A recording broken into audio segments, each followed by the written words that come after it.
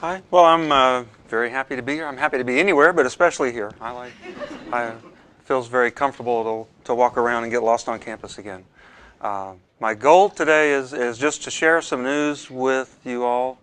I'm happy to take notes about the questions you're going to have and then try to answer them next month.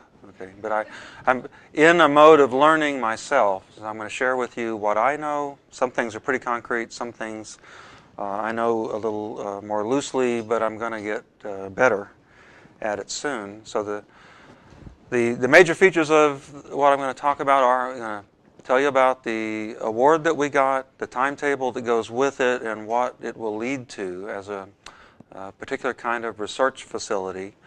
And then with that on the table, we'll talk a little bit about what you can do in one of these, what the pros and cons of working in a census research data center are. There are some significant challenges involved as well as some great opportunities. And trying to give some advice on how to think about it if you're planning to potentially draw on this resource, talk a little bit about the cost that would be involved, and the resources that we would make available over at the center to help people who are interested in using the facility. So those are the things I'm going to try to accomplish. Interrupt me at any time, but I will pull a pocket knife if necessary, because I've had all I can take. So I'm using a Mac here, so it's not, I'm getting stupider by the day, and then they'll be faced with the Macintosh. I don't know. I'll just first the basic good news. In August, we got final actual official notification of an award involving a consortium of 4 universities. A&M took the lead and there's money from the National Science Foundation, which is nice, but it's only a small portion of the overall funding commitment. Texas A&M committed $250,000 a year for 5 years. The Texas A&M system contributed $100,000 a year for 5 years.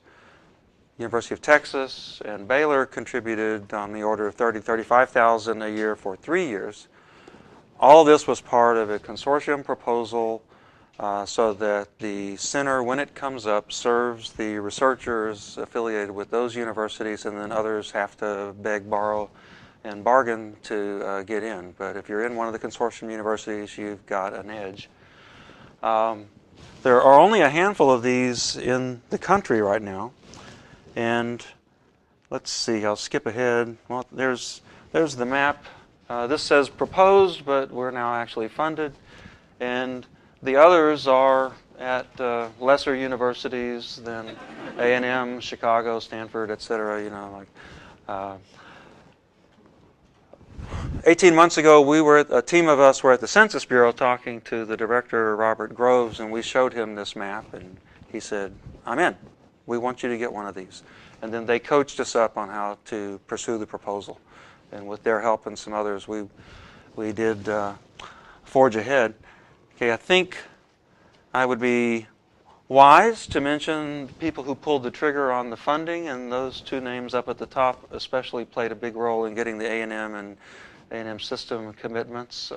Seaman is the Vice President for Research, and then all along the way we had support. In the proposal development effort, there were faculty researchers from at least 8 different institutions, many different disciplines, over 60 people, and lots of energy. It was a lot of fun, and thank God it's over.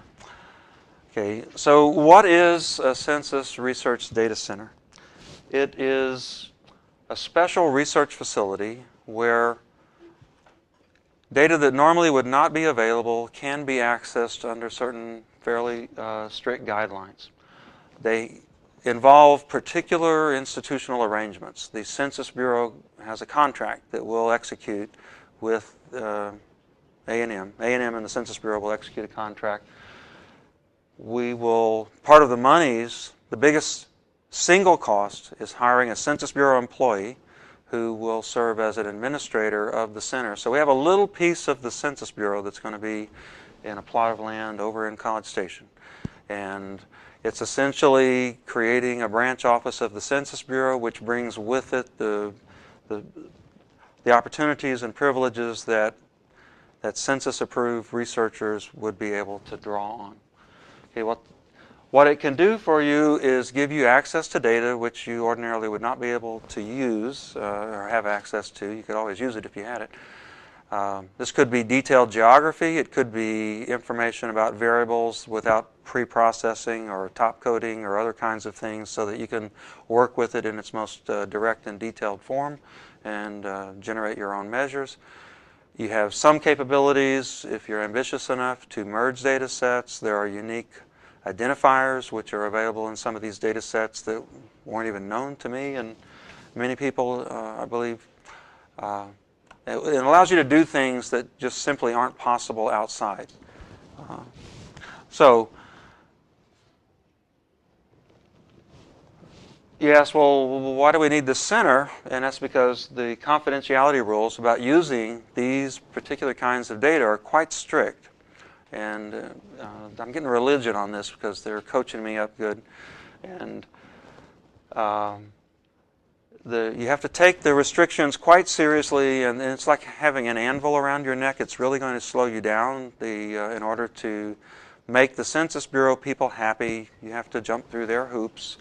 And even the slightest idea or sense that there's some attempt to circumvent the guidelines puts the whole system at risk. So we have to think about the confidentiality rules as being quite serious. So ordinarily you can't get in. This is the way you get in. You just have to learn the drill. And there is an existing network. I showed you the map a second ago, and you see some of the names. Several of them are anchored in Federal Reserve banks. The network started in the mid-1990s and slowly expanded in the last couple of years. It's gone from single digits into double digits, and there are a couple more percolating. Atlanta may come up it may be up this week, as a matter of fact. And if we're lucky, we'll come up in the fall of next year, and then others are coming down the road. Okay, there's the beautiful map. I got a third degree in GIS. Okay, well, what do we get? First and most important, you get free on-site parking, which this morning I found is very scarce around here. Okay. And all you have to do is drive the 70 miles over to College Station, and you can park for free.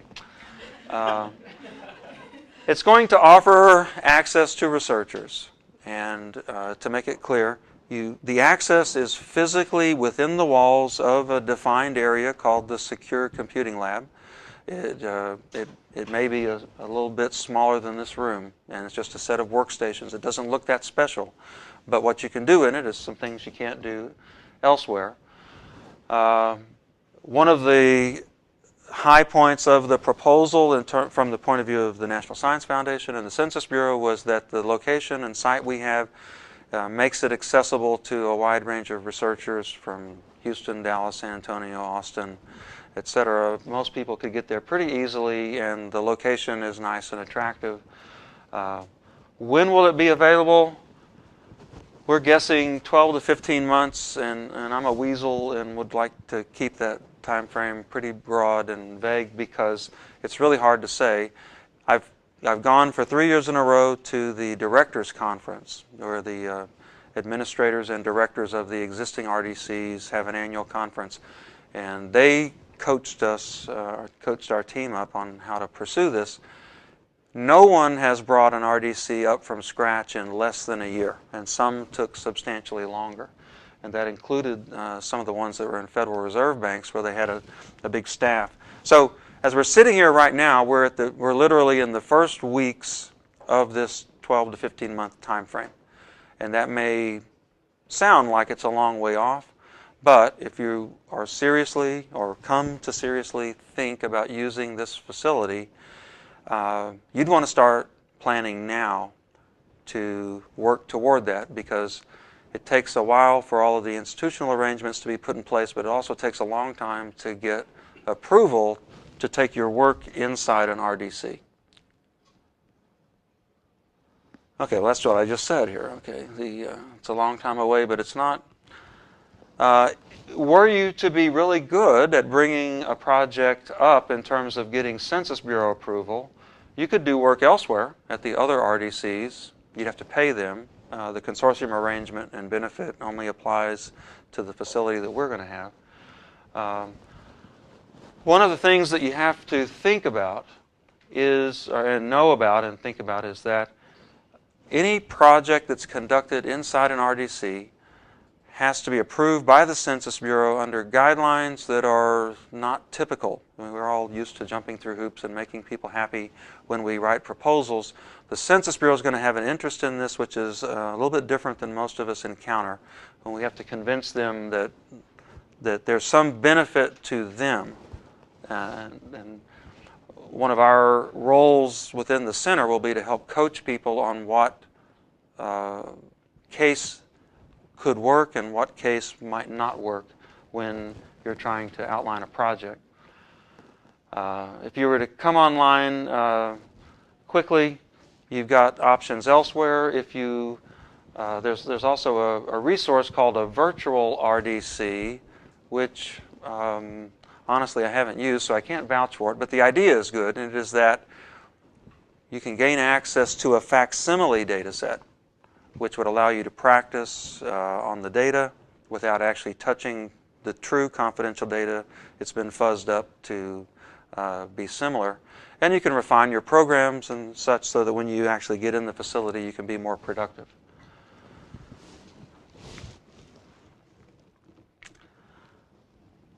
Okay, some of the key things, if you're not aware of what's available in RDCs, there are a number of things that people routinely rely on. One is you get the full population counts instead of samples. You could get the original variables before processing. A lot of people want very fine geographic detail. In some data sets, you can go down to the housing unit level. Others not quite so detailed, but there are just things available. You can sometimes merge data sets to build data sets that would never be available elsewhere. And if you look into the literature, and we've got a website coming up. I've got a link. I'll provide this PDF to be distributed, and it's got a link at the end with contact information for me. And we have a website coming up, which through the wizardry of modern computing isn't working right now, because we're moving it to the official TXRDC.tamu.edu URL, which we'll all memorize. We're going to have a database there with every project that's been officially approved listed, and you can wander through them. But these are some of the areas that we have coded up, just to give you some idea. Probably the biggest number of projects involve business and management data, firm-level data, economic data. Increasingly, work by health researchers is climbing in numbers. The number of projects that are approved and ongoing is increasing. And there's been a steady stream of demographic work. It's not the largest number of projects, which kind of surprised me, but it's the economists who spend most of the time in the seats of most of the RDCs around the country. These will be links that you could follow from this PDF when it circulates, which will take you to the Census Bureau's Center for Economic Studies website. The Center for Economic Studies, CES, is the Census Bureau mechanism for overseeing the entire Research Data Center network, the RDC network. And they have a number of data sets organized under economic data, demographic data, employment data, and health data. They host on servers in Maryland, in Suitland, Maryland, where the Census Bureau offices are. They host these data sets, and you access them from long distance from within the facility. Some of the data sets come from non-census origins, and the Census Bureau has arrangements worked out and hosts the data set for them because they're happy to let the Census Bureau take over that. There are other data sets not listed here. This is just a brief highlight of some of them. IRS data can be used for the intrepid researcher who is fearless and has a lot of time to wait for approval. And Social Security data. There's a wealth of data Some are much more difficult to get approval on. This is just to show you there are many data sets already up and online. That was about 50. There are many different census files, censuses of manufacturing, services, population, etc., housing surveys. There are a lot of business data sets, health statistics data sets, and other things. And there are others beyond what are listed here. And if you have a question about the availability of a data set, one of the things you would want to do is email me or other people who might be listed at our website and simply ask, what do you know about such and such data set? Is it available in what form, what years, etc.? That's part of our function will be to help people know what's going on, and we can invest the time to gain a little bit of expertise. There's help out there, but it takes a while to navigate it, and we're hoping we'll get pretty familiar with it. Just a couple of remarks on what's going on in RDCs. They're becoming more important every year. And this varies quite a bit by discipline, but they're becoming more important because there are more data sets coming online. The health data sets started coming online after 2000, and in recent years that has led to health research increasing pretty rapidly. There are obstacles or challenges about getting project approval, and some of those problems are being the rough edges are being knocked off, so it's getting easier. If you've heard of a horror story, and they are out there about people lingering for months waiting for project approval, that's a concern, and they're trying to make it easier, and because it is slowly getting better, more people are using these. And in some substantive areas, I think this is more true in economics maybe than in demography and health research, if you're not working with these data, you're not able to be at the forefront of your field. So there's reason to believe that RDCs will be more important in the future than they have been in the past, because as people get used to working with the microdata and all its detail and everything, it's hard to go back. And at least the culture of the census right now is to build this network and to build the researcher access. And if they stay on that track, I do think these are going to be increasingly valuable resources.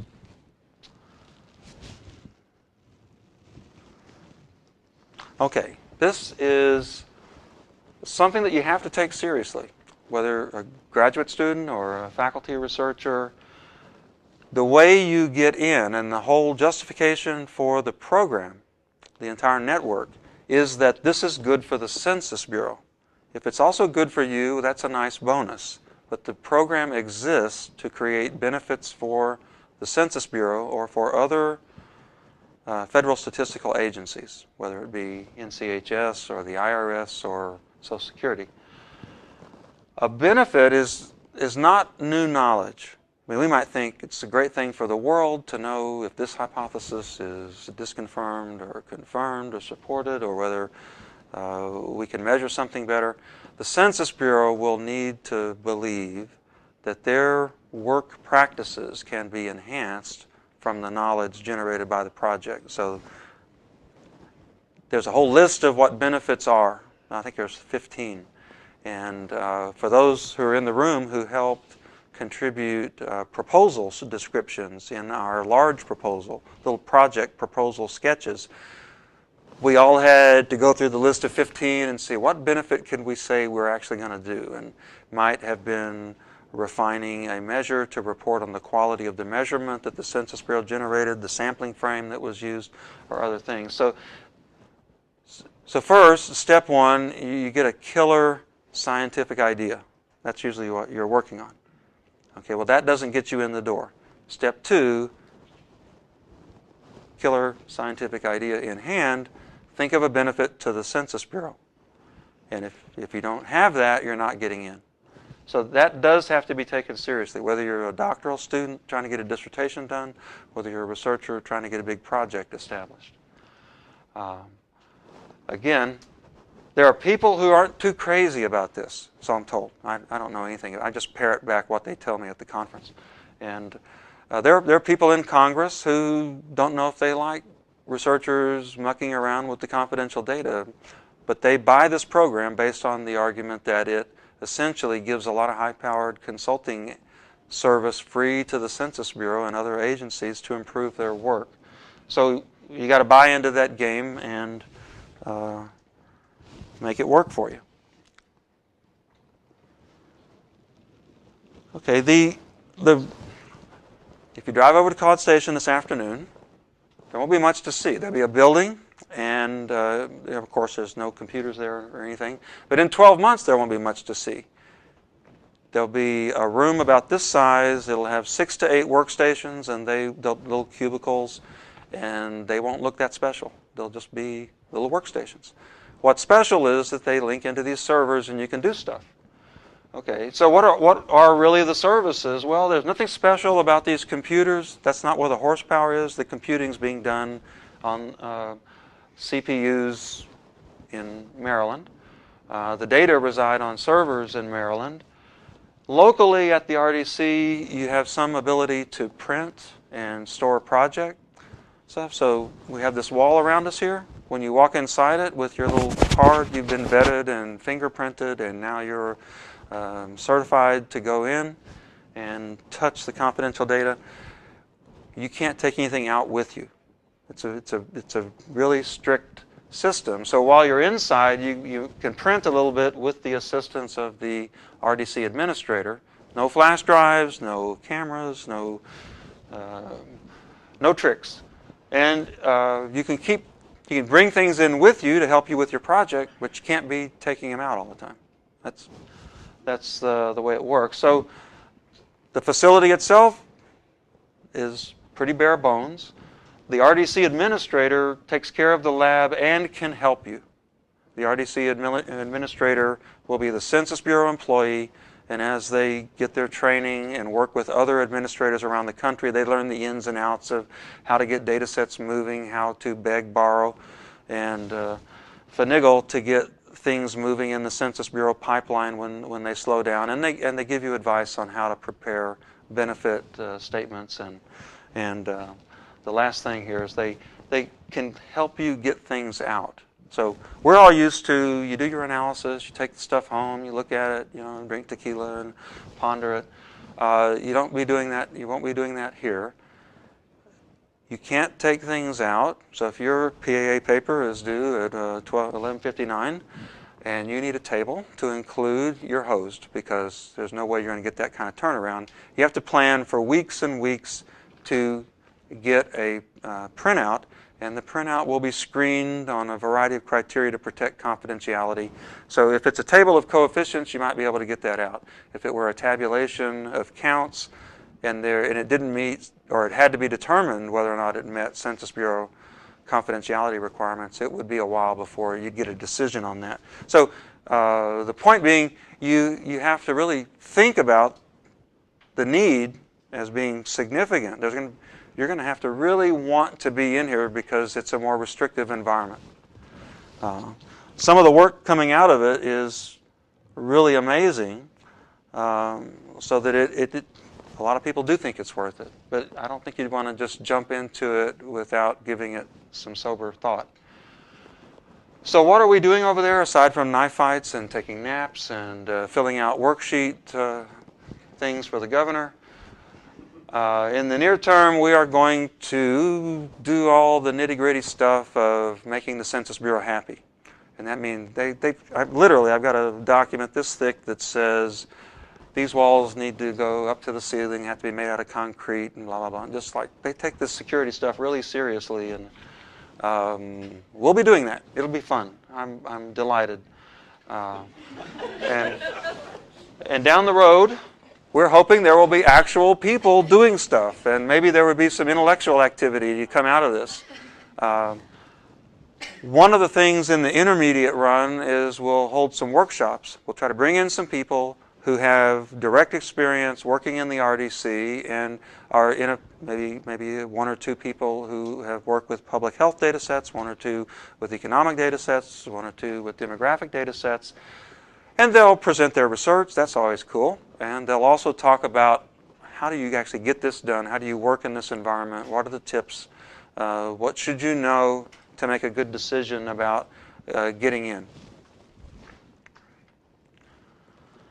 And part of the role that I'll be playing and the graduate students working with me is to some of the promotional stuff like this, which is a lot of fun, and helping people down the road to nudge things along a little faster. Okay. Those of you who are not independently wealthy would be curious about this. RDCs can be very expensive. The first ones that came online were on a per project cost model. That is, if you needed to use it, your project would pay a bunch of money. You'd get access, sometimes metered by the hour at a workstation. That proved to be a tough model because these are fairly expensive facilities. The Census Bureau employee we will be paying their salary, all of their benefits, travel, you name it. And we're estimating it at almost over $200,000 a year and maybe $250,000 a year, just for the one person. And then the rest of it is not that expensive. So anyway, you got to recover those costs. And the consortium model that we're using is a new model which is attractive for individual researchers because you don't have to think so much about having a big pocket full of money to do a project. You have to be with a university that has a pocket full of money. UT has bought in, A&M has bought in, and we may be recruiting others.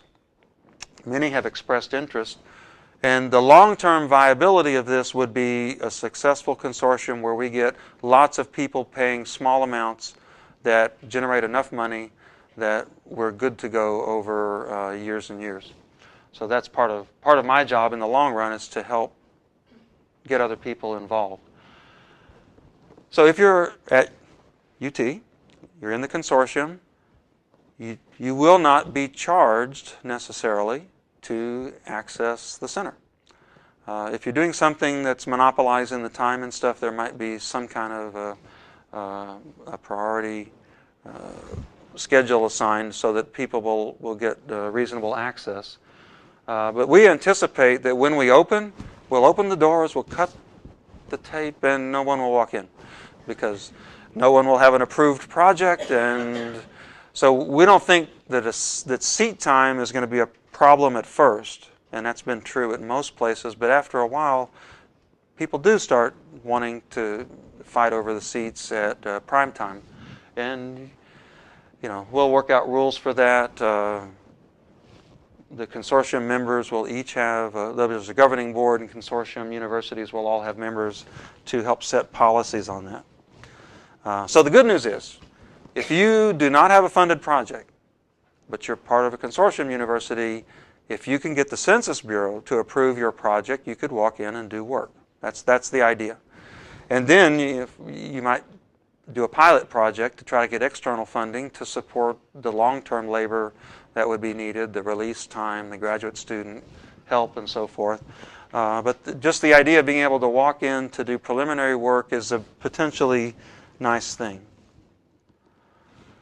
A lot of these I've touched on already. Let's see, this practical things. I think I've made the point that you want to be careful about this, and just remember that this is going to be more demanding than a conventional project.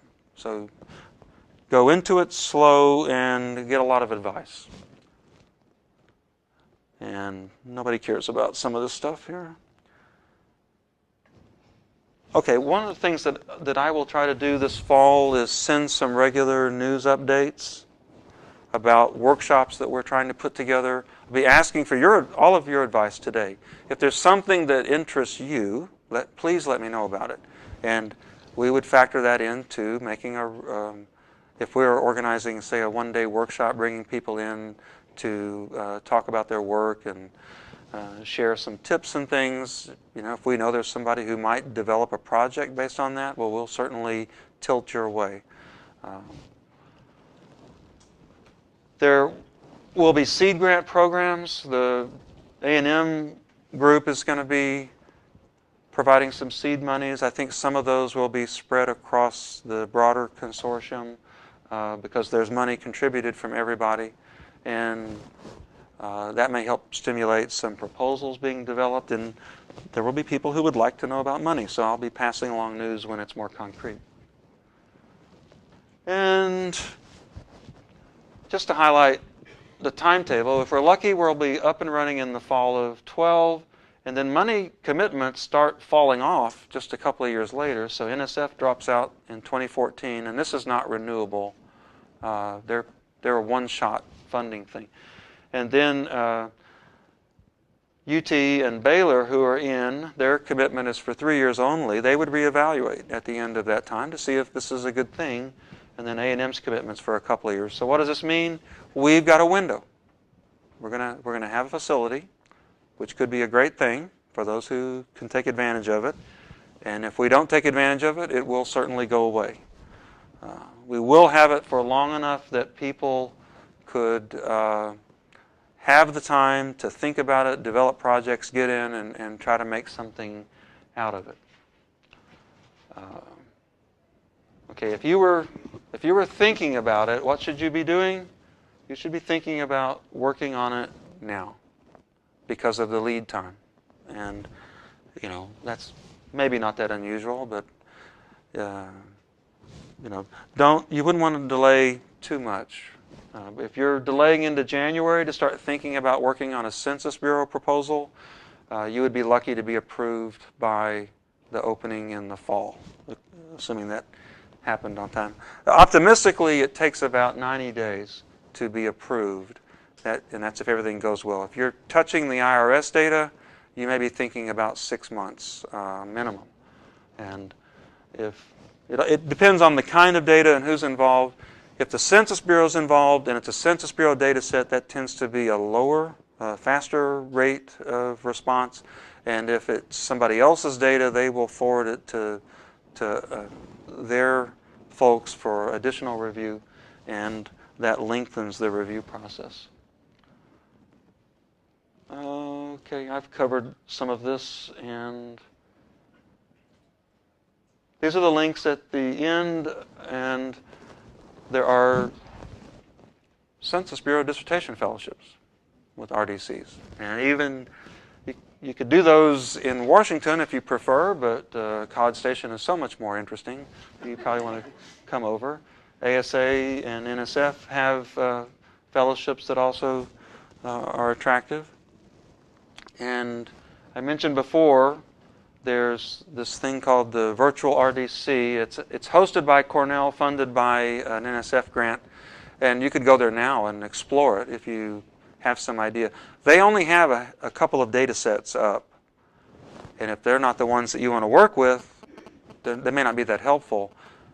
You could contact me and ask, what about such and such data set? Will it be coming up in this format?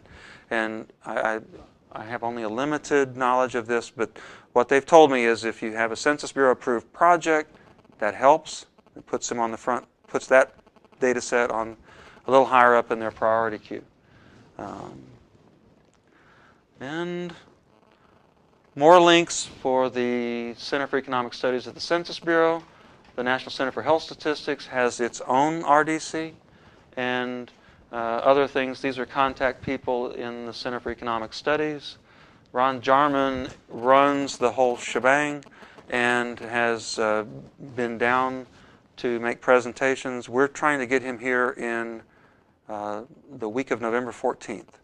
And we may come here if you guys are interested. And so you get it from the horse's mouth, kind of what's going on and what the vision is for this program. And I think the main conclusion is take advantage of this. It will go away if nobody uses it, and it's not going to come back. Or who knows? But I should threaten. And pretty picture of the building. And this is Amber Fox, who's a graduate assistant who's been helping with the proposal development. And she's actually 15 feet tall, so that's a really big building. And free parking. Look at that. Look at all that spot. God, I was walking around for 20 minutes this morning trying to find parking, and Berna was...